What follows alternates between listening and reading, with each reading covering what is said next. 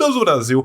Mais uma semana, mais um vídeo no canal. São 3 vídeos por semana, gente. Terça, quinta E agora é sábado, vai ter pororoca de chorume. Yay! Então liga seu sininho. Lembra que esse é um canal de YouTube feito por 3 pessoas lindas. Eu, Rafa e Nuni, rede todos na tela. Rafa, nosso editor, Nuni, nossa artista gráfica. Entre no Clube dos Canais, manda um pix pro tio, pelo amor de Deus! E colabore com a nossa construção, tá? Veja o vídeo aí e no final eu volto. Beijo no seu coração. Tchau. Falha e falhará. Falha, falha e falhará. Falha, falha e falhará. Estamos no Brasil, gente. Bom dia, boa tarde, boa noite. Boa noite pra você, João Carvalho. Boa tarde pra você, João Carvalho. Bom dia pra você, João Carvalho. Como você está? Obrigado, Ian. Né? A gente mente pra internet, então estou ótimo. Sim, Né? Assim claro. que funciona. O importante é aparecer, o importante não é estar. Sim. Mas estou ótimo. E mais importante do que eu estar bem ou não, estamos preparados. Preparados. Preparados pra quê? Preparados pra inaugurar agora um novo quadro aqui, que foi uma ideia da nossa querida Mari Gabs, né, CEO da Kleptocracia aí no chat, que é um nick fantástico, que me deu a ideia de fazer o Pororoca Classics, que hoje, na verdade, vai ser o Pororoca Classics, né, porque hoje a gente vai pra Grã-Bretanha, pro Reino Unido. A gente vai agora começar a ler textos de liberais clássicos, né, gente? Porque os grandes liberais clássicos que são tão citados pela direita brasileira, são tão admirados pela direita brasileira, e aí a gente vai averiguar algumas coisas a respeito. E como eu disse, hoje a gente vai pro Reino Unido, porque a gente vai visitar a casa do João Tranca, conhecido como John Locke. Então, João, palavras sobre John Locke? Algumas várias, né? Eu, inclusive, preparei um breve textinho aqui sobre o menino John Locke. Né? John Locke, além do seu papel como investidor no comércio dos escravos, Locke foi um dos autores da Constituição das Carolinas. Tá? Um documento que consagrava tanto a escravidão para negros quanto a servidão hereditária e eterna para servos brancos. Eu separei alguns trechos da Constituição da Carolina, escrita em 1693, por John Locke e outras pessoas, artigo 23. Todas as crianças dos servos deverão ser servas, e assim em diante por todas as gerações. Artigo 110. Cada homem livre da Carolina deverá ter poder absoluto e autoridade absoluta sobre os seus escravos negros de qualquer opinião ou de qualquer religião que o seja. Mas isso é o bastante, João? Não, isso não chega nem no começo. Né? De maneira fundamental, a teoria da propriedade de Locke, sendo baseada na mistura do trabalho com a terra, se assentava sobre a expropriação dos nativos americanos e na premissa da existência de uma classe de servos. Né? Aqui eu trago para vocês uma linda citação dos 2 tratados, né?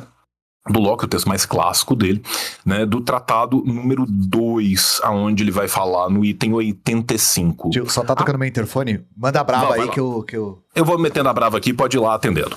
Há, porém, outro tipo de servidores, a que por um nome peculiar chamamos escravos, os quais, por serem prisioneiros capturados em uma guerra justa, notem o prisioneiros capturados em uma guerra justa, estão, pelo direito de natureza, sujeitos ao domínio absoluto e poder arbitrário do seu senhor. Tendo esses homens, tal como digo, perdido o direito à vida e com ela as liberdades, bem como suas propriedades, estando no estado de escravidão, não sendo capazes de posse nenhuma, não podem, pois, ser considerados parte da sociedade civil, uma vez que o principal fim desta é a preservação da propriedade. Olha que milkshake de chorume que a gente tem aqui. Primeiro, o que o Locke considera uma guerra justa? Ele considera uma guerra justa qualquer guerra que seja conduzido pelo homem branco contra qualquer outro tipo de pessoa. Ai, João, mas você tá falando isso? Será que era assim mesmo, João? Será que você não tá exagerando? Não, eu vou no segundo tratado novamente, no item 4, sobre a naturalidade da escravidão, um estado também de igualdade em que é recíproco todo poder e jurisdição, não tendo ninguém mais que outro qualquer, sendo absolutamente evidente que as criaturas da mesma espécie e posição, promiscuamente nascidas para todas as mesmas vantagens da natureza e para o uso das mesmas faculdades, devem ser também iguais umas às outras, sem subordinação ou sujeição. Aí você fala, porra, mas todo mundo é igual uns aos outros, mas tem um mas. A menos que o Senhor e amo de todas elas, Deus, mediante qualquer declaração manifesta de sua vontade, colocasse uma acima de outra e lhe conferisse, por evidente e clara indicação, um direito indubitável ao domínio e à soberania. Para Locke, a escravidão provém de Deus. Deus manifestou sua vontade, colocando criaturas acima das outras, e uma vez que isso é uma evidente e clara indicação de Deus, essas criaturas têm um direito indubitável ao domínio e à soberania sobre as outras criaturas. Ou seja, nesse contexto, os seres humanos sujeitados aos capitalistas eram comparados a gado. Mais uma vez, nós voltamos aqui nos tratados, agora no tratado número 1, no item número 130, e eu cito: um colono das Índias Ocidentais conta com um número maior e poderia, se o quisesse, aqui ele está comparando com um general romano, reuni-los e conduzi-los contra os índios, a fim de buscar a reparação de algum direito seu ferido. E isso sem implicar o domínio absoluto de um monarca a ele transmitido por Adão. A partir, pois, o direito ao poder que cabe ao amo, em ambos os casos, quer sobre escravos, quer sobre cavalos, decorre tão somente da compra. A compra, portanto, a pecúnia, é o bastante para mostrar que Deus colocou um tipo de ser sobre outro e que, portanto, o domínio sobre um ser ou um domínio sobre um cavalo é tão igualmente natural. Tá? Nossa, João, mas esse tal de Locke é menos liberalzinho do que a gente imagina, mas vamos continuar. A teoria de Locke servia para que tanto os habitantes originais da América quanto os servos que, obrigados ao trabalho agrícola, fossem impedidos de deter quaisquer direitos de propriedade, enquanto ela os concedia aos proprietários dessa mão de obra, isso é, os proprietários e senhores de escravos. Mais uma citação do tratado. A grama que meu cavalo mordeu, a pastagem que o meu servo cortou e o minério que eu cavei em qualquer lugar onde eu tenho direito a eles em comum com outros, tornam-se minha propriedade, sem a cessão ou sem o consentimento de qualquer entidade. A mão de obra que era minha, as removendo daquele estado comum em que se encontravam, fixou nelas a minha propriedade. A mão de obra que era minha, tá?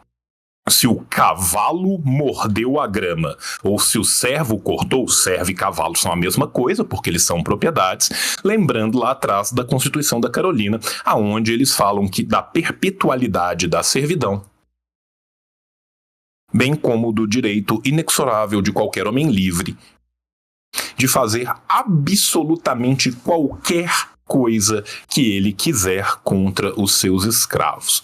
O principal ponto que podemos extrair disso tudo é que Locke esteve profundamente envolvido no emaranhado da escravidão estadunidense ao longo da sua vida, mas nunca, em momento nenhum, se posicionou contra ela.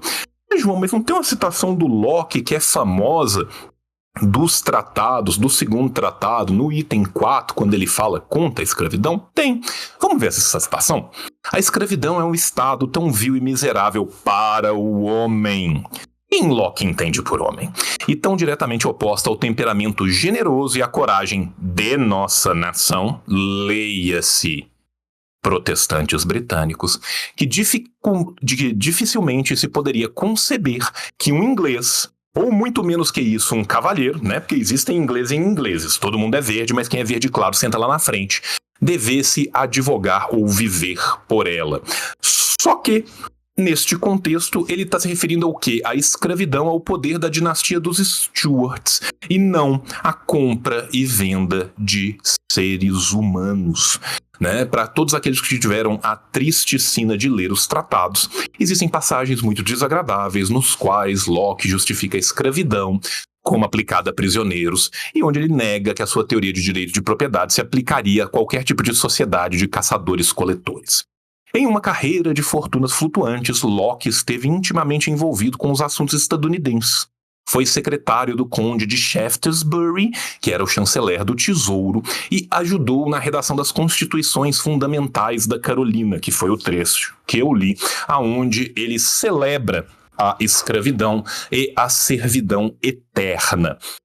Também é membro da Junta Comercial entre 1696 e 1700, de onde eu tirei o texto que nós leremos hoje, tá? Que é um pequenino show de horrores, tá? Se preparem para vomitar sangue. Tá, aonde ele fala o que ele pensa sobre como agir com os pobres. Ele também foi um grande investidor do comércio inglês. Mas de qual comércio inglês? Do comércio inglês de escravos, tanto na Royal African Company como na Bahama Adventurers Company, a companhia dos aventureiros da Bahamas. Tenho só mais algumas citações do Locke que eu gostaria de dizer aqui.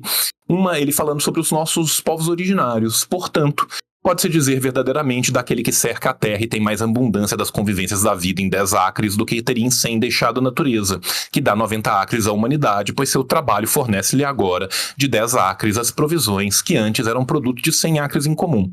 Avaliei, porém, a produção da terra melhorada muito por baixo, em apenas 10 para 1, quando é mais aproximadamente de 100 para 1.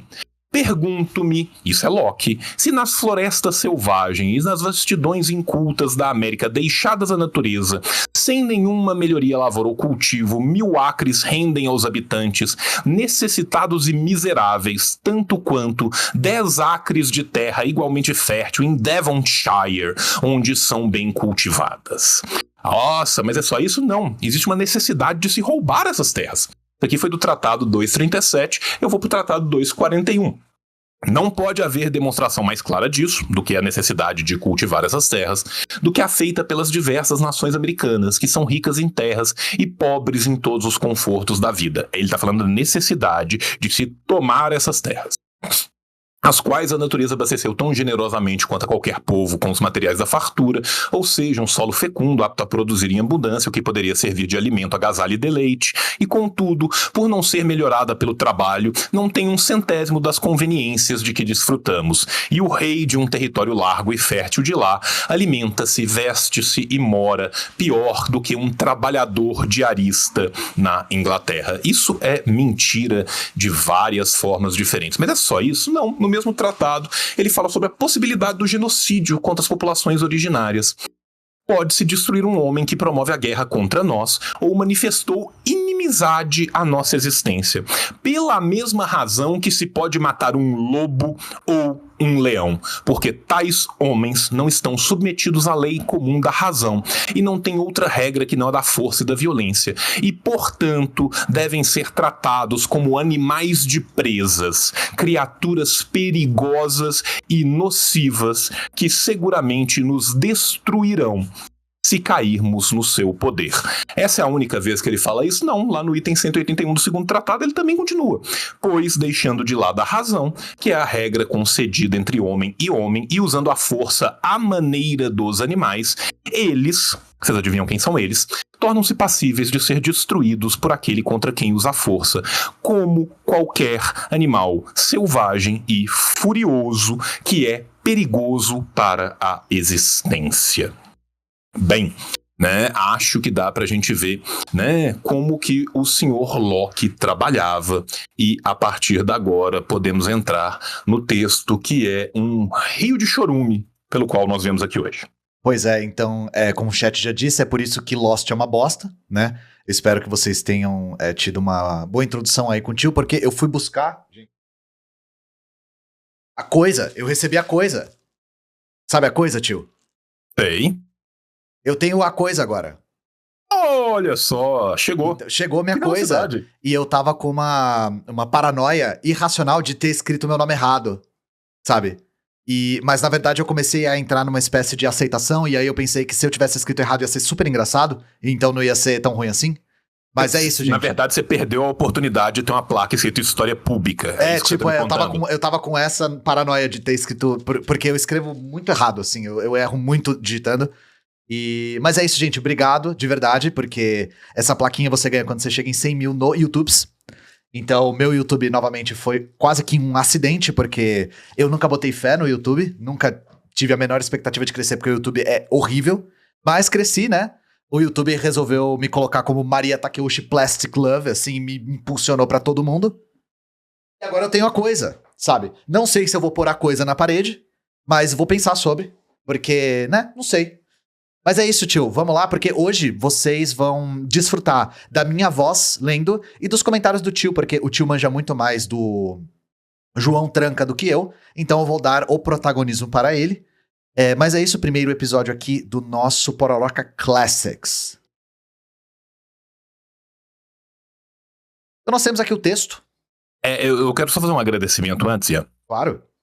Esse texto, ele não existia em português, ele não existe publicado em português em lugar nenhum. Eu não entendo por que as pessoas meio que esquecem, sabe, desse tipo de texto. Não sei, né? Mas esse texto foi publicado, tá, pelo Elomar Antônio Calegaro Tambara e pelo Eduardo Arriado, tá, ambos da Universidade Federal de Pelotas, numa revista de História da Educação. Tá, esse texto foi publicado na íntegra entre maio e agosto de 2017. É por isso que a gente conseguiu, né, ter o texto aqui em português, tá? Senão eu ia ter que traduzir esse texto todo para poder colocar ele aqui, né? Então fico muito grato que estes dois abnegados já tenham passado por essa raiva antes, né? Sim. Então queria agradecer aqui. Porque o texto original tá em colonialismo, então a gente teria que traduzir, né? É um texto de 11 páginas, aparentemente ele faz parte de um livro, porque está aqui, página 368. Não, é da revista, é dessa revista é da online página da revista? que foi publicada. Essa revista chama História da Educação. Não, perfeito. Ela é publicada em Porto Alegre, esse é do volume 21, número 52, de maio a agosto de 2017. Perfeito, vamos disponibilizar o texto então no nosso Discord, caso você não faça parte do Discord, exclamação Discord. E vamos ao texto, é um texto muito longo para os nossos parâmetros aqui. A gente não tem expectativa de ler tudo, mas acho que ler só um pouco já é muito elucidativo, né? Sim, Vamos e se lá. a gente não conseguir chegar na parte maravilhosa, A gente pula. depois eu pulo e a gente vai lá pra frente. John Locke. Alguns problemas referentes à educação do pobre. Proposta de uma representação contendo um esquema de métodos para a inserção empregática dos pobres. Proposto pelo senhor John Locke, em 26 de outubro de 1697. Para Vossa Excelência, senhores da Justiça, com a permissão da Vossa Excelência. Vossa Majestade, estando satisfeita pela sua comissão, a requerer que nós particularmente consideremos alguns métodos apropriados para definir o trabalho e inserção empregatícia dos pobres neste reino, e fazê-los úteis ao público, e assim aliviar outros deste encargo. Deixa eu só fazer um breve comentário sobre o texto em si. O que acontece, né? Existe uma tradição de leis dos pobres, né? A primeira lei dos pobres britânica, ela ainda é do século XIV, tá? Isso vai ser revisado pela Poor Law de 1601, e eles estavam pensando em revisar novamente a lei dos pobres, né? O primeiro é o Poor Law Act, o Ato da Lei dos Pobres de 1388, o segundo é a Lei dos Pobres de 1601, e aí, finalmente, né, em 1693, eles falaram assim, não está atualizado o bastante, né? Vamos atualizar a Lei dos Pobres. Então, essa é uma atualização das Leis dos Pobres que o Locke vai escrever pro... Desculpa, eu falei 63, que eu tava com a Constituição da Carolina na cabeça, que era de 93. né? Essa lei dos pobres é de 97, que ele vai escrever precisamente para essa Câmara do Comércio, no qual ele era um dos representantes. Só para vocês entenderem qual que é o contexto em que isso está sendo discutido. Isso são lords... Ele está falando dos pobres no Reino Unido, não está falando sobre os pobres nas colônias. Né? São lords britânicos que vocês imaginam o quanto esses homens trabalhavam. Devem trabalhar muito, deve ter os dedos tudo igual ao Rei Charles, né? Discutindo o que fazer com os pobres. Sim. E de que maneiras e modos tal projeto possa ser feito mais efetivo. Nós, humildemente, pedimos permissão para mostrar perante vossas excelências um esquema de tais métodos, os quais parecem, a nosso ver, os mais apropriados para a obtenção de tais fins. Quais fins? Fazê-los úteis ao público. Quem? Os pobres. A multiplicação dos pobres e o aumento das taxas para sua manutenção têm uma observação e reclamação tão generalizadas que não podem ser duvidadas. Nem foram senão desde a última guerra, quando este mal chegou a nós. Tem sido um fardo crescente no reino nestes tantos anos, e os 2 últimos reinos sentiram o seu aumento bem como o atual. Se as causas deste mal forem investigadas, nós humildemente entendemos que ele não será considerado ter procedido nem da escassez de provisões, nem da falta de emprego para os pobres, já que a bondade de Deus tem abençoado esta época com fartura, não menos que a anterior. E uma longa paz durante estes reinos nos deu um comércio abundante como nunca.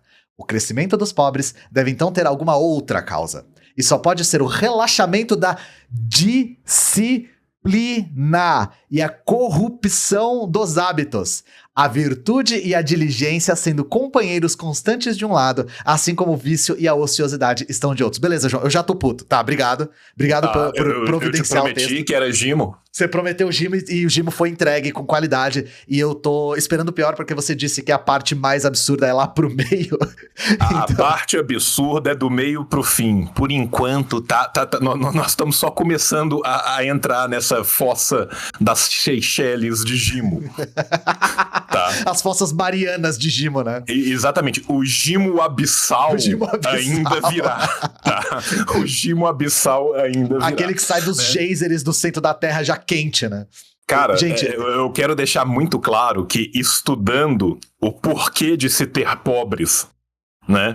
Nessa época, na época dos cercamentos. Então, eu ia falar isso. Isso aqui só pode ser por conta dos cercamentos. Os cercamentos jogaram uma horda de pobres nas cidades. Sabe assim, ao estudar o porquê, nesse momento de mercantilismo e bulionismo, temos tantos pobres? Por quê? Só existe uma única, tá? Análise única. Pra caralho, né? Tá, assim, isso não pode vir de jeito nenhum da escassez de provisões, nem da falta de empregos, tá? Isso não pode vir disso. A gente não só tirou as terras de quem trabalhava nelas, né? E jogou todo mundo sem trabalho na cidade. É impossível isso, e sem comida, impossível isso ter alguma relação, né? Só pode ser relaxamento da disciplina e corrupção dos hábitos. E é incrível, como o discurso, 300 anos limpo depois é o mesmo, tio. 300 anos depois é o mesmo. Essa é a função do que nós estamos fazendo aqui. É pro pessoal ver que 300 anos depois mudou-se a roupagem, mas manteve-se a nudez por baixo. Sim. Mudou a pompa da linguagem, mas o argumento é o mesmo. Tá, então assim... Por que os pobres são pobres? Porque eles são libertinos, porque eles são moralistas, porque eles não têm moral. O que falta a eles? Falta a eles Weber. Falta Weber, falta ética protestante. Olha, tá vendo? Como é que lá na frente os nós continuam se dando? Sim. E é sempre o mesmo viés de análise. E, gente, vamos falar de uma coisa aqui importante. Isso aqui é profundamente racista. E por que que é? Porque isso aqui é o mesmo argumento que vai na linha de os países da periferia são pobres porque as pessoas da periferia são indisciplinadas. Tá bom? Então tá bom. O primeiro passo, portanto, em direção... E tem um outro detalhe, Ian, só porque que isso também é profundamente racista. Sabe quem que eram a maioria dos pobres ali que tinham acabado de ser cercados, expulsos e foram jogados? Irlandeses. Exatamente. Sim. Obrigado. Eram irlandeses. O primeiro passo, portanto, em direção da colocação dos pobres no trabalho, nós humildemente entendemos, a humildade tá comendo solta nesse texto, né? Deve ser a restrição da sua libertinagem. Se o pobre fizesse menos putaria e bailão, gente, não teria pobreza nessa nação. Mediante a aplicação estrita de leis providas contra ela quem? A libertinagem. Mas particularmente pela supressão das supérfluas lojas de conhaque e dos desnecessários bares, especialmente em paróquias rurais não localizados na beira de grandes estradas. Ou seja, a solução para a pobreza é impedir o pobre de ter acesso a Uber Eats. Assim, entre 1600 e 1040 e 1650, meio que as autoridades britânicas impuseram contra os irlandeses revoltosos, né, ao domínio de Jaime I, que colonizou Ulster. Uma violência brutal. A expulsão de onde eles moravam e forçaram os territórios irlandeses a passarem para a mão dos produtores ingleses, o que deixou massas de descamisados morrendo de fome, vagando pelas estradas ao Deus dará, implorando por comida. Sim, isso rolou. Mas foi isso que é o problema? Não. O problema é a moral. Sim. Tá. Lembrando aqui também, né, que os irlandeses eram católicos e o senhor Locke era protestante. Quando Locke vai escrever sobre a religião, ele fala que toda religião é muito benfazeja e que toda religião é boa desde que venha de Deus, e aí ele vira o mas, sabe, o mas. Aquele sabe? mas, né, que nada bom pode vir depois.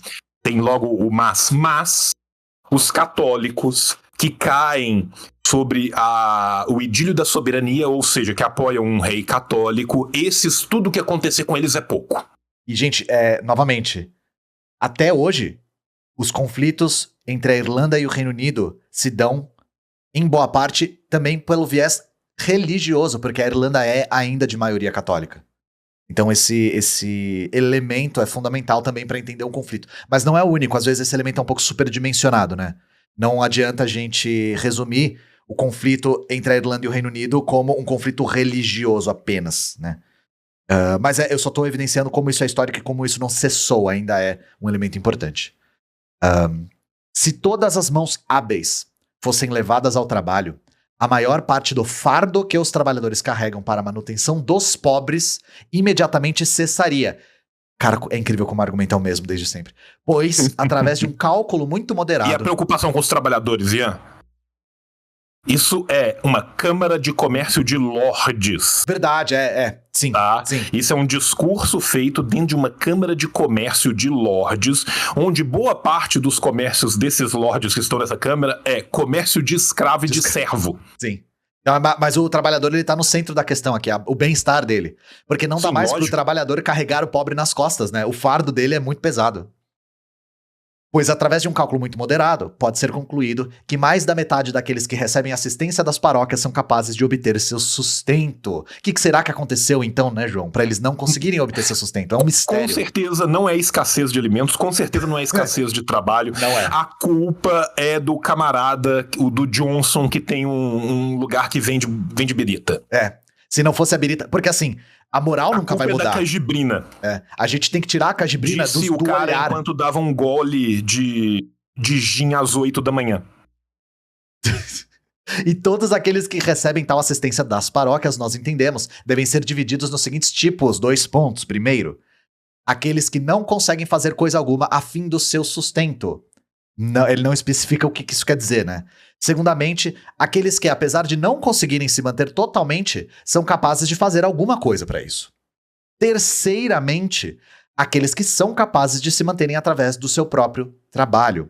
E estes últimos podem ser novamente subdivididos em 2 tipos, a saber, aqueles que tenham família com crianças numerosas, a qual eles não podem ou fingem que não conseguem sustentar com seu próprio trabalho, ou aqueles que fingem não conseguir trabalho, então vivem apenas mendigando ou coisa pior, porque mendigar é algo extremamente prazeroso, e eu tenho certeza absoluta que as pessoas que andam mendigando escolheram mendigar. Porque você não saber se no dia seguinte você vai ter o que comer é uma saída muito mais fácil do que trabalhar. E se tem uma coisa ainda melhor, é você viver numa casa onde os seus filhos morrem lentamente na sua frente. Sim. E aí você E aí finge você que você finge. não consegue fazer nada a Você respeito. finge que não consegue. Para a supressão deste último tipo de mendigo parasita, ele está falando isso na Câmara dos Lordes. Tá? O bom dessa Caralho, época é porque muito bom. não tinha o crivo do politicamente correto. Tá? Então, É muito tudo foda-se, que né? se evita falar hoje, mas que a gente sabe que eles pensam, foda-se. Foda-se, meu irmão. Ai, João, essa foi a melhor escolha que a gente fez nos últimos tempos. Que vivem desnecessariamente do trabalho de outras pessoas. Já existem leis boas e íntegras, suficientes para o propósito se devidamente executadas. Nós, portanto, humildemente propomos... De forma muito humilde, cristã e beata. Toda vez que ele falar lembrar, humildemente, né? toma um shot, tá, gente? Você vai sair dando PT carregado pelo SAMU da sua casa. Propomos que a execução das mesmas possa ser retomada no presente através de um decreto, até que outras reparações sejam providenciadas, bem como que a ordenação seja feita todos os anos, para que a escolha dos guardas da igreja e supervisores dos pobres, e os estatutos da 39ª... O que significa Elis, tio? Elis é de elisabetano, é a capitulação elisabetana, é a lei dos pobres de 1601. Tá. Então a 39ª Elisabetana, capítulo 4, e a Elisabetana, capítulo 2, sejam lidos e considerados parágrafo, a que devem ser inspetores. Desculpa, Pois, deixa eu só fazer um comentário, né? Primeiro, é capítulo, né? Ordenação elisabetana de 1601, eu tava pensando em ordenação, vi o capítulo, falei capitulação. É ordenação elisabetana de 1601, que era aquela lei dos pobres que eu falei lá no começo. Lembrando, gente, que guarda da igreja e supervisor do pobre era o cara que batia nos pobres que estavam, entre aspas, vagabundeando. Parasitando, né? Parasitando, os pobres parasitas. Então você tinha diversos cargos diferentes. E a legislação penal britânica é uma coisa louca. Você sabia, cara, que chegou num momento no século XIX em que haviam mais de 1.100 previsões legais na Inglaterra para você ser degredado. Existiam Degradado é se levar um couro. Não, degradado é você ser colocado à força num navio e ser levado para um canto qualquer do mundo, aonde você trabalhará como um escravo por no mínimo 3 anos. Sim, sim. Isso tinha em Portugal também. 80% das pessoas degradadas morriam nestes 3 primeiros anos do degredo. 1.100 tipificações diferentes que levavam um pobre a ser degradado. 1.100. Sabe quantas formas diferentes tinham para um lorde ser degradado? Uma, que era tentar usurpar o título real. Não fazendo isso tá ótimo, tá limpo. Não tentando virar o novo rei.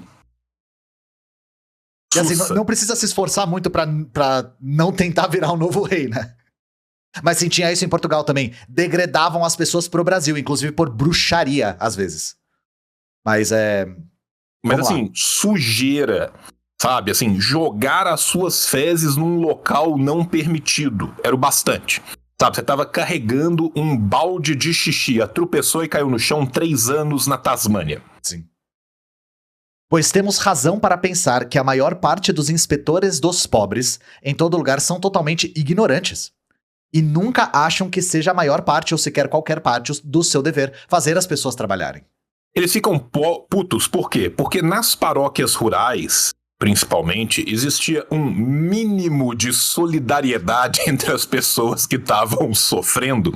E às vezes o cara ia lá e ajudava um outro maluco que estava sofrendo, em vez de colocar ele como escravo numa prisão panóptica. E o Lorde, que estava sentado vendo isso do alto da torre enquanto comia alguma parada e tomava gin às 8 horas da manhã, ficava puto. Já existia panóptico nessa época, tio? Não, a ideia de uma prisão panóptica é um pouco depois. Não, mas fiquei curioso, né? Não. Mas basicamente, cara, cara, ele vai falar das workhouses e das work schools, cara. Quando ele falar das work schools, cara... A gente chega lá, porque eu tô achando isso fantástico, cara. Pois temos razão para pensar que a maior... Ah, não, isso aqui eu já li, né? E porque ele atribui isso à ignorância, né? Ele não tem a clareza de que ele deve fazer aquele vagabundo trabalhar. E falando em vagabundo, mas para a mais efetiva repressão dos vagabundos ociosos... Alguém perguntou aí no chat, você tá lendo o programa do Novo? Tô lendo o programa do Novo, sim. Cara, a mais efetiva repressão dos vagabundos é muito violento, ociosos, né? Cara. Bicho, o discurso é muito violento, cara. Nós, ademais, humildemente propomos que uma nova lei possa ser obtida, para a qual seja promulgado 2 pontos, que todos os homens são o corpo e mente, acima de 14 e abaixo de 50 anos de idade, mendigando em condados marinhos, fora de sua paróquia sem um passe, devem ser apreendidos, seja por um oficial da paróquia, onde eles mendigam. Tais oficiais, por causa dos seus ofícios, devem ser autorizados e sob penalidade requeridos a fazê-lo, ou pelos próprios habitantes da casa onde eles mendigam. E por eles, ou qualquer deles, trazidos perante o próximo juiz de paz ou guardião dos pobres, a ser escolhido conforme futuramente mencionado, que neste caso deve ter o poder de juiz de paz, e por tal juiz de paz ou guardião dos pobres, depois da devida e usual correção no caso, ser através de um passe enviado, não para a casa de correção, já que tais casas na maioria dos condados são atualmente ditas serem um lugar de comodidade e de nomeação dos mestres dali, do que de correção e melhoria daqueles que são enviados para ali. Diga, tio. Vamos lá, cara. Olha a loucura disso. Qualquer um que for visto mendigando, que tiver mais de 14 anos e abaixo de 50 anos de idade, num condado marinho, ou seja, num condado próximo ao mar, e que não tiver um passe para estar ali. Ou seja, lembra no apartheid, quando os cidadãos negros da África do Sul tinham que ter um passe para caminhar de um lugar para o outro? É exatamente isso que eles tiraram de onde? Olha que loucura, de onde o pessoal da África do Sul tirou essa ideia de um passe de condução? Quando ele for achado, o oficial da paróquia, tá, que tem que ser requerido fazê-lo, ou o habitante da casa tem que ter a obrigação de esmurrar este pobretão e arrastá-lo até um juízo, aonde ele será primeiro corrigido. O que é o corrigido? Adivinha, Ian, como as pessoas eram corrigidas no final do século XVII? Eu acho recebendo pão, leite, coberta e carinho, assim. Né? Exatamente. Aonde ele primeiro levará uma segunda surra, porque ele já levou uma primeira surra no momento que ele falou, pelo amor de Deus, me dá comida. Aí vai o cidadão de bem, vai o cristão, espanca ele e arrasta ele até um lugar, para que outras pessoas possam espancá-lo novamente e arrastá-lo novamente. Para onde? Para prisão? Não. Por quê? Porque na prisão é muito fácil. Na prisão ele tá comendo. Na prisão, uma vez por semana, ele tem um pão bolorento e mofado. Às vezes até 3 vezes por semana ele tem água. Para não fazer nada, cara. Olha que parasita, porra, né? Nem para os seus locais de habitação. Por favor, continue a leitura. Nem para os seus locais de habitação, já que tais vagabundos ociosos normalmente citam algum lugar remoto, para o qual o país sofre um enorme custo, e eles normalmente escapam dos oficiais negligentes antes de chegar lá, então estão em liberdade para uma nova caminhada. Se eu entendi bem, ele tá falando que não é para mandar o cara para onde ele diz da onde ele é, porque às vezes ele inventa um lugar na puta que pariu e custa caro mandar ele de volta. É isso que eles estão falando. E eu achei, sinceramente, essa premissa muito engraçada, assim. E é muito engraçado porque, assim, é uma noção de distância, né? O homem em Londres fala, onde que é a puta que pariu? Na Irlanda. De onde que essa desgraça provavelmente veio? Da Irlanda. Certeza, esse filho da puta. Certeza que é a Irlanda que eles estão falando. Sabe? É literalmente isso. Esse vagabundo vai mandar a gente voltar ele pra Irlanda. E vai dar um trabalho do caralho. Na hora que chegar lá, não tem comida, não tem trabalho, não tem nada. Ele vai sair caminhando de novo. Por quê? Porque ele gosta, sabe? Ele gosta. Porque é fácil, é muito mais fácil do que trabalhar. Porque é fácil. Se tem alguma coisa que é fácil, é você peregrinar ao esmo. No frio, na chuva, né? no frio e na chuva, descalço, sem roupa e sem comida. Né? Isso Tudo é um pra não prazer. trabalhar. Tudo pra não trabalhar. Mas se for em um condado marítimo, como supracitado, que sejam enviados para a próxima cidade portuária, para serem mantidos no trabalho forçado até que algum dos navios da vossa majestade vindos ali ou perto dali deem uma oportunidade de colocá-los a bordo, onde devem servir 3 anos sobre a rígida disciplina com salário de soldado, dinheiro de subsistência sendo deduzido do consumo a bordo e serem punidos como desertores se forem para a costa sem permissão, ou quando enviados à costa, se forem além ou permanecerem mais tempo do que tem permissão. Ou seja, Você vai ser escravizado porque você é pobre, é isso. Tá? Exatamente. Basicamente. tá? Se você está pedindo desesperado e morto de fome, você vai ser escravizado porque é pobre. Mas antes de ser escravizado, você vai levar 2 surras e você vai sofrer uma pré-escravidão antes da sua escravidão ultramarina. Sim. Você primeiro vai Tá. ser escravizado e depois você vai receber um soldo, tirando a parte do soldo porque vai ser descontado do seu consumo a bordo, que provavelmente é todo o seu soldo, então você vai ser escravizado de novo. Isso, e lembrando que não apenas é todo o seu soldo, como é mais do que todo o seu soldo. Normalmente, os gastos em que eles incorriam eram maiores do que o soldo de soldado. O que isso levava? Isso levava à manutenção da servidão por contrato por tempo mais longo. Essa, no caso, não é uma servidão por contrato, é uma servidão forçada, mas isso levava à manutenção da servidão forçada por um trato mais longo. Escravidão por dívidas. Escravidão por dívida. E essa dívida só vai aumentando. Sim. Porque primeiro ele gasta o dinheiro que era o dinheiro do navio. E aí ele chega no lugar devendo mais do que ele ganhou. Então ele já chega no lugar com X anos de escravidão. Então ele vai ser repassado a um proprietário privado no local para uma servidão por contrato de 10 anos. Só que ele tem que pagar 15, porque ele gastou 5 anos a mais do que ele cumpriu no navio. Sim. Então são 15. Só que durante essa servidão de contrato por 15 anos, ele continua a consumir na fazenda, na casa de vendas do comércio local ou em qualquer lugar assim, que vai sendo descontado seu salário. Só que o salário dele é menor do que o que ele consumiu. Então 15 vira 20, 20 vira 30. E lembrando da constituição dos locais. O filho do servo é servo eternamente. E o filho desse, o filho desse, o filho desse, o filho desse. Olha que delícia. Vocês entenderam onde o tio quer chegar, né? Se escraviza por dívidas gente, e os filhos contraem a dívida de quem foi escravizado de maneira eterna. Deixa eu colocar de uma forma mais clara. A cientologia tem um contrato de 1 milhão de anos. O Império Britânico tinha um contrato da eternidade. É mais barato e termina antes você entrar para a cientologia do que você ser pego pelo Império Britânico. E na cientologia o seu contrato expira na sua pós-vida, sim? Acho que deve ser essa a lógica, né? Não. São 1 milhão de anos em todas as suas vidas. Mas quando 1 milhão de anos termina, você tem que fazer um outro contrato. Pelo menos isso, né? No caso da coroa britânica, não tinha outro contrato, né? O contrato era eterno. Não. Que todos os homens mendigando... aliás, gente, desculpa, eu não rolei o texto porque eu vejo ele maior do que tô mostrando pra vocês, então eu vou prestar atenção nisso. Que todos os homens mendigando em condados marítimos sem passe, que sejam mutilados... Não. Pareceu muito que ele estava demandando a mutilação dos... Não, é que eles já estejam mutilados, né? Que eles já tenham algum tipo de mutilação, né?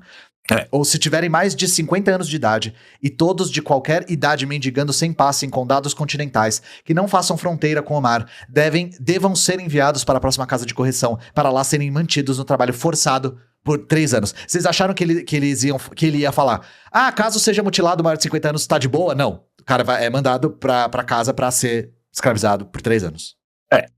Porque, primeiro, né, gente, em 1690 e poucos, os pobres viviam muito mais do que 50 anos, tá? Pois é, né? Vocês imaginem a expectativa de vida, tá, do pobre em 1690, né? Mas se ele, porventura, se esse Matusalém irlandês cometeu esse erro, né, de viver mais de 50 anos, nós vamos corrigir isso com 3 anos de trabalho escravo. Sim. Se ele não morreu com 50 anos e mutilado, a gente vai garantir que ele morra agora. E com a finalidade que o verdadeiro uso das casas de correção não seja pervertido, já que ultimamente tem sido... leia-se, né? Ficar comendo e bebendo. Sim. já que ultimamente tem sido, na maior parte delas, que o mestre de cada casa seja obrigado a conceder para cada um submetido à sua responsabilidade 4 dinários. 4 D? Quantos dinheiro? 4 dinheiros. 4 dinheiros. 4 dinheiros. Dinar era o dinheiro do mundo árabe. Eu falei dinar porque não é dinar, cara. É porque tem shilling, pence e libra. Era por peso, né? Vai ser tipo o shilling, cara. Isso é 1690 e tanto. Então é 4 dinheiros por dia para o seu sustento em Londres. Dime, acho que é dime, né? Dime. 4 dimes. Dimes, isso. Mas em condados mais remotos, onde os salários e provisões são mais baixos, o valor deve ser estabelecido pelo grande júri e juiz na corte, para o qual o designado mestre não deve ter outra consideração ao salário além do que o trabalho deles produzir, e que, portanto, deve ter o poder de empregar de acordo com a sua decisão, levando em consideração a sua idade e força. Lembrando que o mestre dessas casas de correção era alguém que recebia este trabalho da coroa, tá? Ser mestre de um trabalho de uma casa de correção era algo que você, né, pequeno burguês, vamos colocar assim, você que não tinha um acesso às grandes prebendas, você que não estava na nobreza, buscava. Por quê? Porque você vai ganhar escravos que vão trabalhar para você e, além disso, você vai ganhar uma renda do Estado para a manutenção deles. O que eles faziam? Eles pegavam a renda de manutenção, gastavam tudo em gin e putaria, e mandava os caras trabalhar pão e água. Quando tinha pão. Quando tinha água. Quando tinha água. Que o juiz de paz deva, a cada trimestre, fazer uma breve investigação no estado e gerenciamento das casas de correção dentro da sua paróquia. E fazer um rígido relato da postura de todos que lá estão. E se eles acharem que alguém for resistente e não recuperado pela disciplina do lugar, que ordenem uma estada mais longa ali e disciplina mais severa. Que assim disciplina mais seja severa. Mandado embora até que tenha dado prova evidente da correção, a finalidade para a qual ele foi enviado para ali. A próxima frase é espetacular. Que seja quem for que falsifique um passe deva perder suas orelhas pela falsificação na primeira vez que for considerado culpado do mesmo, e na segunda vez que seja transportado para as lavouras, como no caso de crimes. Nós estamos falando das lavouras ultramarinas, tá? Nós estamos falando, na primeira vez, amputa as 2 orelhas e se aplica tudo que tá em cima, tá? Se for num condado marítimo, já vai de uma vez. Se não for num condado marítimo, vai para 3 anos de trabalho escravo, e que na segunda vez vá direto, independente de onde esteja, para o trabalho escravo ultramarino. E, tio, eu vou falar uma coisa pra você. Qual é a chance de, no século XVII, alguém sobreviver à amputação de uma orelha? Sobrevive indiretamente. Não vai ser da amputação da orelha que ele vai morrer. A chance da pessoa desenvolver uma gangrena... infecção depois. Exato, meu ponto é esse. Ou seja, o que acontece? Não, meu ponto é pior. Meu ponto é que ele vai sofrer uma dor gigantesca, sendo marcado, mutilado e humilhado, e depois vai sofrer um longo suplício até a sua morte. Sim, vai ser esse o caso. Porque a ideia de asepsia não ia surgir pelo menos em 200 anos, tá? 200 anos. Então, não, as orelhas não eram amputadas de maneira adequada, se é que isso pode existir em algum momento da humanidade. De qualquer mulher acima de 14 anos de idade, eu não tô preparado pro que tá vindo, que seja encontrada mendigando fora da sua paróquia sem um passe, se ela for habitante de uma paróquia até 5 milhas de distância do qual foi encontrada mendigando, ela deve ser conduzida para sua paróquia pelo policial, pelo líder do Tithen, pelo inspetor... O que é isso? Tithe é dízimo. O líder do tithing, o responsável pelo tithing, é o cara que era responsável por recolher o dízimo. Era um coletor de impostos específico para impostos religiosos. Entendi. pelo inspetor dos pobres, pela guarda da igreja ou por outro oficial juramentado da paróquia, onde ela foi encontrada mendigando, o qual pelo seu lugar e cargo deve ser requerido a fazê-lo, e entregá-la ao inspetor dos pobres da paróquia, a qual ela pertence, de quem ele deve receber 12 dinheiros pelo seu incômodo, cujo 12 dinheiros, se ela receber assistência pública, devem ser deduzidos do seu salário paroquial, ou, se ela não for assistida pela paróquia, deve ser arrecadado dos bens dela, ou de seus pais, ou de seu mestre. Que bens, né? Que bens? Nenhum. Quais bens? E aí, quando não tem bem para pagar, você tem uma outra ordenação que fala que quando não tem bem para pagar, o bem pode ser convertido em trabalho, tá? E lembrando, tá, que normalmente se dava um daime por semana, tá? Então, 12 daimes é o trabalho acumulado de 3 meses. Se tem uma coisa que a pessoa que está mendigando tem no bolso, é o seu trabalho acumulado de 3 meses. Sim. Principalmente quando ela está mendigando fora do lugar que ela está. Nós estamos falando de um sujeito que está errando pela Inglaterra fora por causa da sua situação de miséria e penúria, e você vai cobrar uma multa dele, que é uma multa impagável. E aí você fala assim, porra, esse pessoal na Inglaterra era foda. Vocês estão ligados que quem termina de cumprir uma pena no Brasil hoje tem que pagar também a multa judicial, né? E que normalmente, além de tudo, você já volta para a sociedade endividado, né? Sim. 2022.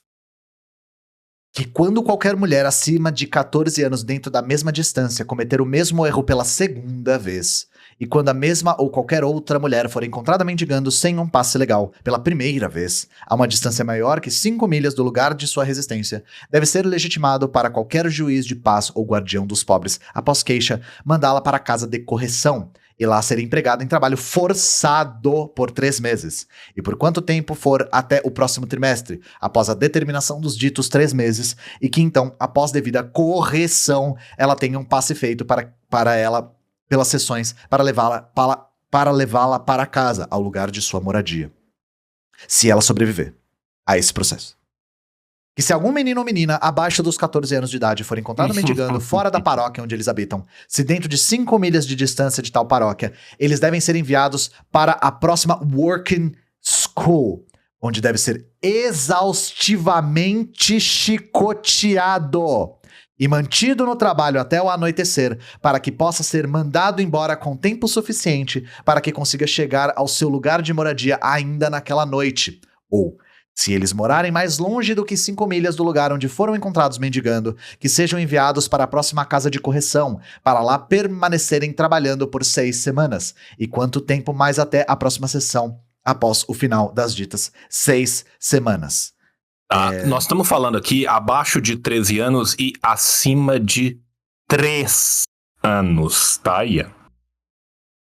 A pena do chicoteamento exaustivo e do trabalho forçado até a noite começa a ser aplicada em crianças de 3 anos de idade. Eu não consigo comentar isso aqui. Tá. Porque não dá nem pra fazer piada, sabe? Não dá nem pra tirar sarro. E a working school é uma prisão panóptica, tá? Eu tô usando o termo prisão panóptica de forma teleológica e errada aqui, tá? Mas o que é uma working school? Tá? Tem plantas do que eram a ideia das working schools nessa época. Ele é um lugar totalmente fechado, com 4 torres e um pátio no centro, onde o pátio é feito trabalho, enquanto as 4 torres conseguem vigiar todos os cantos desse pátio fechado. É um panóptico. É um panóptico. É. Não tinha a arquitetura do que nós chamamos de panóptico, né? Mas existia a mesma ideia de vigia, né? Circular. Com estes vagabundos ociosos, assim... Vagabundos ociosos como crianças de 3 a 14 anos implorando por comida. Sendo assim suprimidos, não haverá, abre parênteses, nós pressupomos, na maioria das paróquias, homens que tenham a falsa aparência de que querem trabalho. Porém, a fim de remover essa falsa aparência, quando ela acontecer, nós, humildemente, propomos que seja ainda promulgado 2 pontos. A falsa aparência de quem quer em trabalho, tá? As pessoas miseráveis. O mendigo é ardiloso. A criança de 4 anos é ardilosa. Velhos mutilados, tá? Que estão fingindo que querem trabalho. Fingindo que querem sobreviver, implorando pelo mínimo de sobrevivência. Eles têm uma falsa aparência, né? É o que você disse, a criança de 4 anos, ela é muito ardilosa. Que o guardião dos pobres. Criança né? pobre, Assim, a pobre. A criança de 73 anos, quando vira rei, pode amarrar o casaquinho errado, que não tem problema. Sim. Ela tem quem faça por ela, né? Então não tem problema. Que o guardião dos pobres da paróquia, onde tal falsa aparência for feita, no próximo domingo, após a queixa ser feita a ele, comunique à paróquia que tal pessoa alega querer trabalho. E deve então perguntar se alguém está disposto a empregá-lo, a um valor mais baixo do que é normalmente pago, cujo valor estará cujo valor estará no poder de tal guardião definir, pois não é pressuposto que alguém seja recusado a ser empregado por seus vizinhos, enquanto outros se lançam ao trabalho, a não ser por algum defeito em sua habilidade ou honestidade, para o qual é razoável que ele deva sofrer, e aquele que não pode se pôr a trabalhar por 12 dinários por dia deve se contentar com 9 dinários ou 10 dinários, ao invés de viver que ociosamente. Isso ele está falando de trabalho e não de assistência. A assistência prevista pela lei do pobre é 1 a semana. Mas se ninguém na paróquia voluntariamente aceitar tal pessoa pelo valor proposto pelo guardião dos pobres, então fique no poder do dito guardião, com o resto da paróquia, fazer uma lista de dias, de acordo com a proporção das taxas para os pobres de todos na paróquia. E que, de acordo com tal lista, cada habitante da mesma paróquia deve ser obrigado, na sua vez, de dar a tais homens pobres desempregados trabalho, a tais valores baixos, como o dito guardião dos pobres deve apontar. E se alguém se recusar a dar trabalho ao pobre na sua vez, como assim dirigido, que tal pessoa esteja sujeito a pagar seus salários estipulados, empregando-os ou não. Que se qualquer homem pobre desempregado de outra forma se recusar a trabalhar de acordo com tal ordem, se estiver em um condado marítimo, ele deve ser mandado ao próximo porto, e lá colocado a bordo de algum dos navios da vossa majestade, para lá servir por 3 anos, como proposto antes. E que o pagamento que ele acumular pelo seu serviço lá, ou seja, nenhum, superior a sua comida e roupas, seja pago ao inspetor dos pobres da paróquia a que ele pertence, para a manutenção da sua esposa e filhos, se ele os tiver, ou então para a assistência de outro pobre da mesma paróquia. Mas se não for em um condado marítimo, que todo homem pobre que assim se recuse a trabalhar deva ser enviado à casa de correção. Ou seja, o que nós estamos vendo aqui? Nós estamos vendo que absolutamente qualquer coisa que o pobre faz, ou ele vai para a cadeia, ou ele vai para o porto, ou ele vai para a escravidão interna, ou ele vai para a escravidão ultramarina. Sim. Se ele falar que ele não tem um trabalho, ele é obrigado a aceitar qualquer trabalho por qualquer preço. Se ele falar que ele não vai aceitar esse trabalho, ele vai preso. E para garantir que ninguém esteja protegendo os pobres da sua região, eles vão estipular qual é o salário mais absurdo e abjeto que eu poderia pagar um pobre, tá? E no caso dele se recusar a trabalhar, eu vou pagar este salário do meu bolso para o guardião dos pobres, que é alguém que já recolhe imposto e que todo mundo amava muito na paróquia. Sim. Estes métodos nós humildemente propomos, como apropriados a serem promulgados, a fim de empregar os pobres que são capazes, mas não trabalham, os quais, pela execução pontual de tal lei, nós humildemente entendemos, podem ser rapidamente reduzidos a um número muito pequeno, ou quase extintos. Mas a maior parte... Extintos. Extinguir a pobreza através da violência.